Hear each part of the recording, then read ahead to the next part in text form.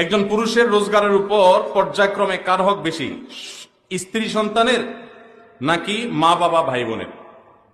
দেখুন, মা বাবার সাথে কারোর কোনো তুলনা চলে না হক আদায় করার ক্ষেত্রে। হক আদায় মানে শুধু টাকা পয়সা খরচ করা না।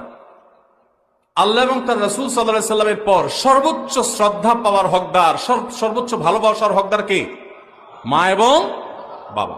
মা বাবার চাইতে বেশি ভালোবাসা পাওয়ার হকদার পৃথিবীতে আর কেউ, শ্রদ্ধার হকদার আর কেউ নাই। কিন্তু অর্থ ব্যয় করার ব্যাপারটা একটু ভিন্ন। স্ত্রী যদি থাকে তাহলে প্রত্যেক স্বামীর উপরে কর্তব্য তার স্ত্রীর ভরণ পোষণের ব্যবস্থা করা। মা বাবার যদি টাকা পয়সার অভাব না থাকে, নিজেদের যা চেষ্টা দিয়ে তারা যদি চলতে পারেন, তাহলে শরীয়ত সন্তানের উপরে সন্তানের বাবা মার ভরণ পোষণ দেওয়াটাকে ফরজ করেনি। কথা কি বুঝতে পারছেন?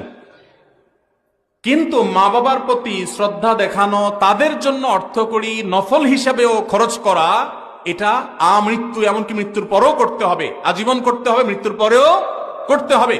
স্ত্রীর সাথে তো যতদিন বৈবাহিক সম্পর্ক থাকে ততদিন, বৈবাহিক সম্পর্ক না থাকলে তখন আর তার ভরণ পোষণ আবশ্যক হবে না। অতএব এটা দেখে কেউ আবার এটা মনে করেন না যে ইসলাম কি মা বাবার উপর স্ত্রীকে অগ্রাধিকার দিয়েছে কিনা, মোটেই না। কিন্তু খরচের যদি ব্যাপার হয়, স্ত্রী অন্যের ঘর থেকে এসছে আপনার ঘরে, অতএব তার সম্পূর্ণ দায় দায়িত্ব আপনার, আপনি তার ভরণ পোষণের ব্যবস্থা করে দিবেন। বিধায় মা বাবা তাদের জন্য খরচ করবেন। যদি তাদের টান থাকে, যা আছে তাদের না হয়, তখন আপনার উপরে কর্তব্য হবে তাদের জন্য খরচ করা।